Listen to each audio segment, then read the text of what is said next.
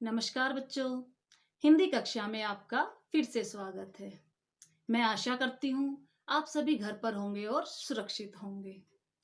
आपके लिए ये दौर बड़ा ही मुश्किल चल रहा होगा, पर कोई बात नहीं।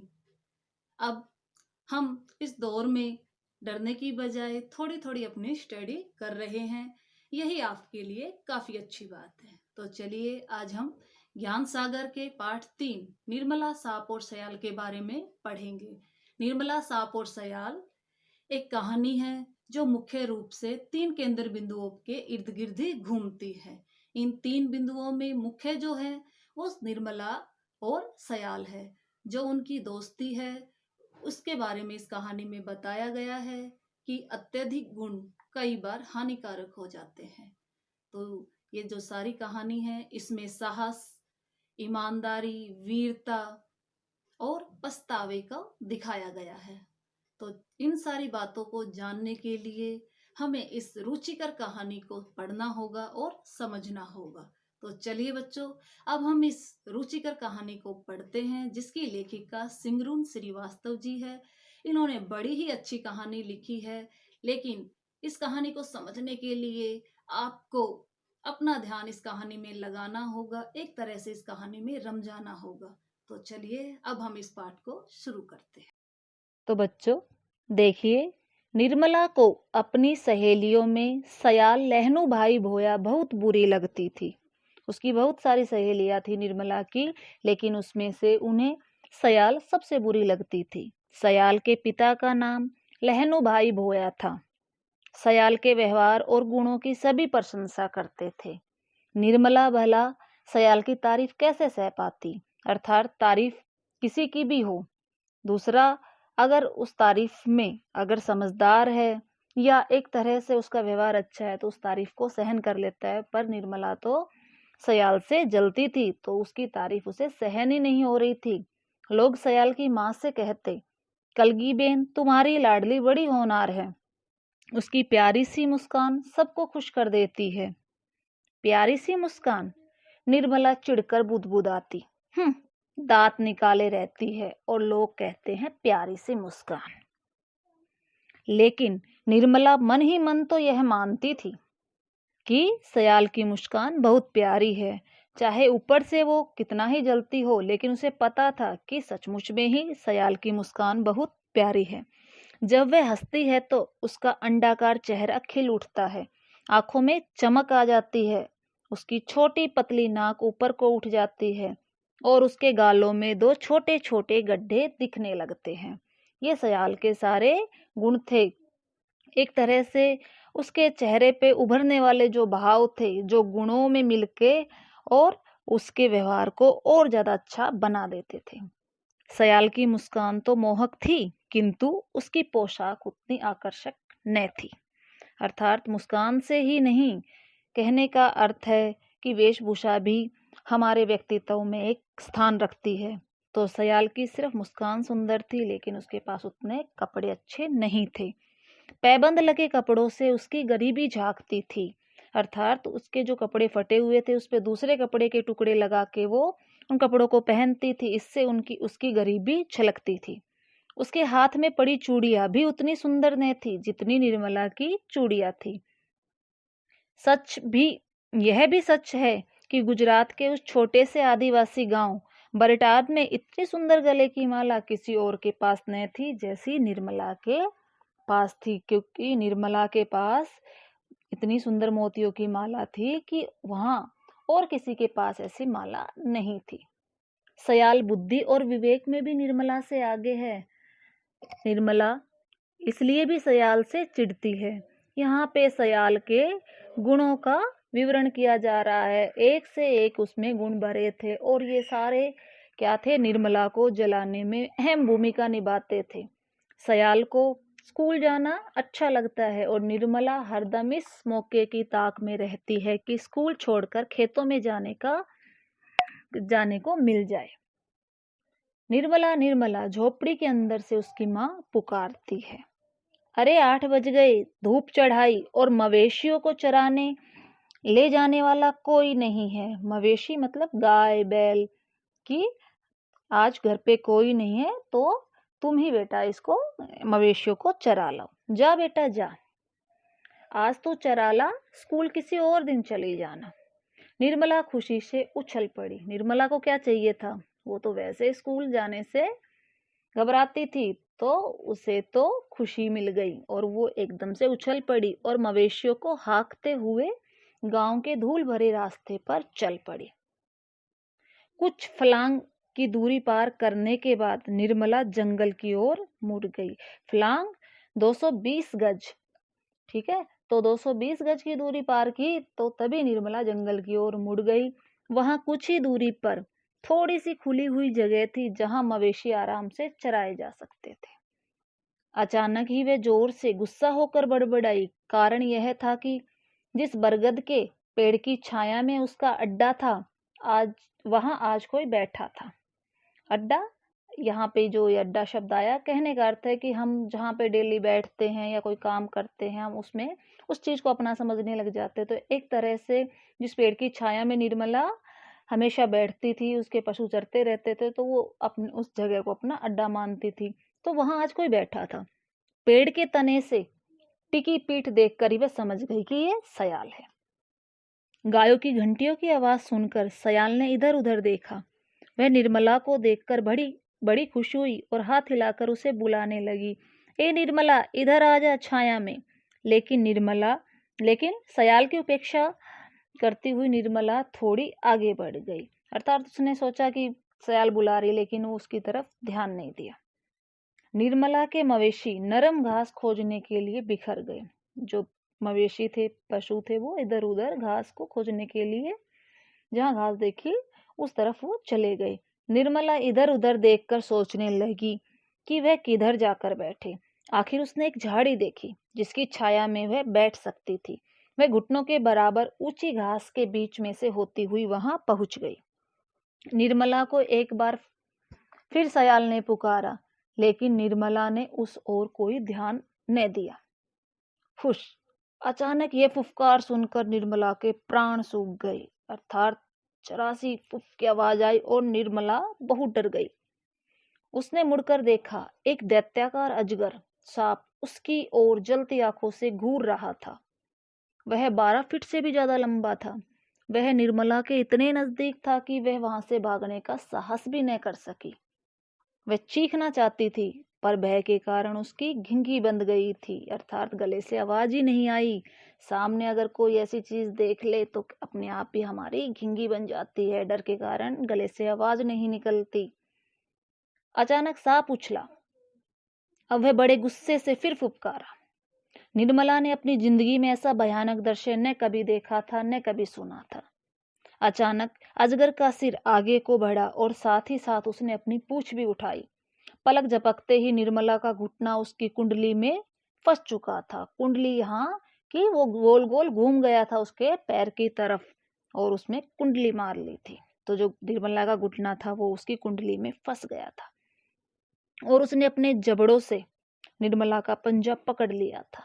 सांप की सख्त पकड़ से निर्मला को लगा कि उसकी हड्डियां चूर चूर हो जाएगी। उसे लगा कि अब वह मर जाएगी। वह एकदम से चिल्ला पड़ी, बचाओ बचाओ। निर्मला ने सांप को झटकारने की कोशिश की, लेकिन उसे छूने की भी हिम्मत न कर सकी। सांप उसके पैर में कुंडली मारकर लिपटा हुआ था। अचानक सांप पर किसी ने लाठी से वार किया। यह हमला सयाल ने किया था। सांप गुस्से से तिलमिला उठा, फिर भी उसने अपनी पकड़ न छोड़ी। सयाल सयाल, मैं मर रही हूं।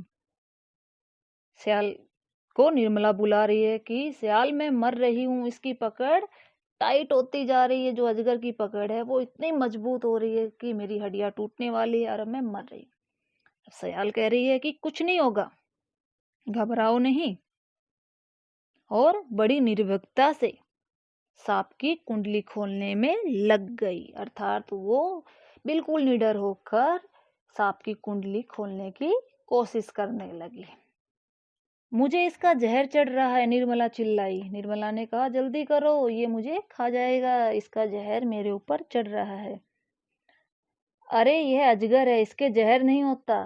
सयाल बोली कि अजगर में जहर नहीं होता, हम तो उसका आकार, उसके जबड़ों को देखकर वैसे ही डर के कारण मर जाए, वरना उसमें वो अपने जीव जंतु या एक तरह से अपने शिकार को अपनी पकड़ के कारण या निगल के ही मारता है, उसमें जहर नहीं होता। लेकिन मैं तो हिल भी नहीं सकती। तुम डरी हुई हो, घबराओ मत, थोड़ा शांत रहो, मैं तुम्हारी मदद के लिए हूं ना। ये सयाल ने कहा कि मैं हूं ना, तुम घबराओ मत। अब तक लाठी से काम नहीं बन रहा था, इसलिए सयाल ने अपने हाथों से इस दैत्य से लड़ने का निश्चय किया। लाठी से उसके कोई असर ही नहीं हो रहा था, तो सयाल ने सोचा क्यों ना इन हाथों से ही मैं इस दैत्य से, इस राक्षस से लड़ने का निश्चय करूं। उसने अजगर का मुंह पकड़ा और उसके जबड़े खोलने लगी। देखो यहाँ पे वही निर्मला है जो उससे चिढ़ती थी, और एक सयाल है जो उसको बचाने की हर एक कोशिश कर रही है। निर्मला ने भी अपनी पीड़ा को सहने के लिए साहस बटोरा। वह टकटकी लगाकर सयाल को देख रही थी। सयाल ने दांतों को भींच रखा था और अजगर के मुंह में हाथ डालकर उसके जबड़े फैलाने की पूरी कोशिश कर रही थी। उसके माथे से पसीना बह रहा था और हाथों से खून। निर्मला एक क्षण के लिए समझ ही नहीं पाई कि खून उसके पैर से बह रहा है या सयाल के हाथों से। साधारण सी दिखने वाली सयाल की बहादुरी देखकर निर्मला हैरान थी। सयाल ने आखिर जबड़े फाड़ दिए। सांप गुस्से से बहुत चटपटाया। अर्थात निर्मला उसको कंटिन्यू देख रही थी, मतलब समझ ही नहीं पा रही थी कि एक सेकंड के लिए कि क्या हो रहा है। सांप ने, अजगर ने मुझे खा लिया, या मेरे पैर से खून बह रहा है, या सयाल के हाथों से, तो वो समझ नहीं पा रही थी। बस उसकी बहादुरी सयाल की जो देख रही थी कि बिल्कुल मतलब साधारण सामान्य सी लड़की थी, और इतनी बहादुरी कहाँ से आ गई। एक क्षण के लिए लगा कि उसकी ताकत के सामने सयाल न टिक सके, लेकिन जबड़े खुलते ही सयाल चिल्लाई, अपना पैर निकाल निर्मला, झटका दे, झटका दे। उसने अजगर के जबड़ों को पूरी तरह खोले रखा। निर्मला ने उसके जबड़े से पैर तो मुक्त किया, लेकिन कुंडली अभी भी फंसी हुई थी। आखिर दोनों ने जोर लगाया तो कुंडली का दबाव कम हुआ, अर्थात उसके मुंह जबड़े फाड़ने से उसकी जो पकड़ थी उसका दबाव कम हो गया, और सयाल ने अजगर को इतने जोर से झटका दिया कि निर्मला सांप की कुंडली से छूटकर दूर जा गिरी। अब सांप का शिकार सयाल थी। जब अपना शिकार, उसके मुंह में आया शिकार, कोई उससे छीन लेता है तो कोई भी प्राणी हो, जीव हो, तो वो तुरंत दूसरे पर ही वो वार करता है। तो अब यही हाल क्या था सांप का। अब उसने देखा निर्मला उसकी पकड़ से दूर जा चुकी है, तो उसने अब अपनी पकड़ अपना ध्यान किस पे केंद्रित किया, सयाल पे। सयाल ने निर्मला को भाग जाने के लिए कहा, लेकिन वह ऐसा न कर सकी। वह सयाल की मदद करना चाहती थी। उसने देखा अजगर सयाल पर बार बार हमला कर रहा है और सयाल बड़े साहस से उसका सामना कर रही है। सयाल ने निर्मला को कहा कि तुम भाग जाओ, मैं इसको देख लूंगी। लेकिन अब जो निर्मला थी, एकदम से उसके व्यवहार में चेंज आ गया, और वो कह रही, नहीं नहीं, कि मैं तेरी मदद करूंगी। निर्मला ने एक क्षण के लिए सोचा कि ऐसी साहसी और वीर सयाल से मैं व्यर्थ ही चिढ़ती रही। आज ये न होती तो यह दैत्य मुझे खा जाता, और अब इस दैत्य से मैं सयाल को नहीं बचा पा रही हूँ। अर्थात वो सोच रही है, यानी उसने अपना दिमाग लगाया कि मैं क्यों चिढ़ती थी। सचमुच तो इसमें सारी चीजें है, साहसी है, वीर है। तो कह रहे आज अगर ये नहीं होती, इसकी जगह अगर सयाल नहीं आती आज, तो ये दैत्य मुझे खा जाता, और मैं इसको अब बचा भी नहीं पा रही। सयाल पूरी ताकत से अजगर के मुंह को पकड़कर उसे पीछे हटाने में लगी थी। सयाल के कांपते कंधे बता रहे थे कि अब उसकी शक्ति स्थिर पड़ गई है, अर्थात अब वो काफी देर से उसके साथ उसके जबड़े को खोलने में लगी हुई थी, तो अब उसकी जो शक्ति थी वो कमजोर पड़ गई थी, वो एकदम से स्थिर हो गई थी। सांप बड़ी जोर से फुफकारा। उसने एक बार फिर अपना हाथ बढ़ाया और सयाल की छाती के पास आ गया। सयाल फिर उसके जबड़े पकड़कर उसे पीछे हटाने लगी। उसने एक बार फिर निर्मला को भाग जाने के लिए कहा। तभी निर्मला ने देखा कि अजगर सयाल को गिराकर उसके ऊपर पड़ा है। एक क्षण के लिए सयाल बिल्कुल जड़ हो गई। सांप और सयाल की आपस में टक्कर हो रही है, तो कभी सयाल नीचे आ जाती, कभी सांप ऊपर आ जाता है, लेकिन सयाल अपनी कोशिश फुल कर रही है उसको हटाने के लिए। बहुत भयानक दृश्य था। सांप सयाल को निगलना चाहता था और सयाल हिम्मत से उसका मुकाबला कर रही थी। उसकी आवाज कमजोर हो रही थी। निर्मला ने सयाल की धीमी आवाज सुनी, भाग जा निर्मला। लेकिन निर्मला अब कैसे भागती? अपनी सहेली को मौत के मुंह में डालकर भाग जाती? आप भागते हो क्या? अगर आपके दोस्त के साथ ऐसी स्थिति, ऐसी कंडीशन आ जाए तो आप भागोगे? नहीं ना। तो वही यहाँ पे क्या हो गई स्थिति निर्मला के साथ, जो चिढ़ती थी अब वो उससे चिढ़ती नहीं। अब वो भाग जाने की नहीं सोच रही, बल्कि अपने दोस्त को मौत के मुंह से बचाने की कोशिश कर रही है। तभी उसने देखा कि सयाल में एक अद्भुत शक्ति आ गई है। उसने एक बार में उस दैत्य को झटक कर दूर फेंक दिया कि पता नहीं निर्मला सयाल में कहां से एकदम से एक शक्ति आई और उसने उस सांप को दूर फेंक दिया और बिजली की तरह भाग खड़ी हुई एकदम फुर्ती से। भाग चल निर्मला, मवेशियों को भी ले चल। उसने निर्मला को कहा कि भाग चल और अपने पशुओं को भी ले चल। अब निर्मला भी भागने लगी। उसने पीछे मुड़कर न तो देखा न देखने का साहस कर सकी। जब ऐसे भयंकर आप दृश्य से या एक तरह से ऐसे भयंकर सीन से आप गुजर कर आए हो तो आप उसे दोबारा देखने का साहस नहीं कर सकते। बस भागती रही भागती रही।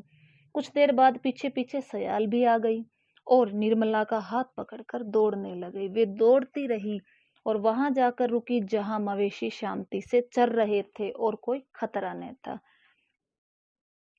दोनों बड़ी देर तक हाफती रही और बिना कुछ बोले एक दूसरे को देखती रही। अचानक निर्मला की आंखों से आंसू बहने लगे और उसके होठ थरथरा उठे। उसने सयाल से कहा कि अगर वह न होती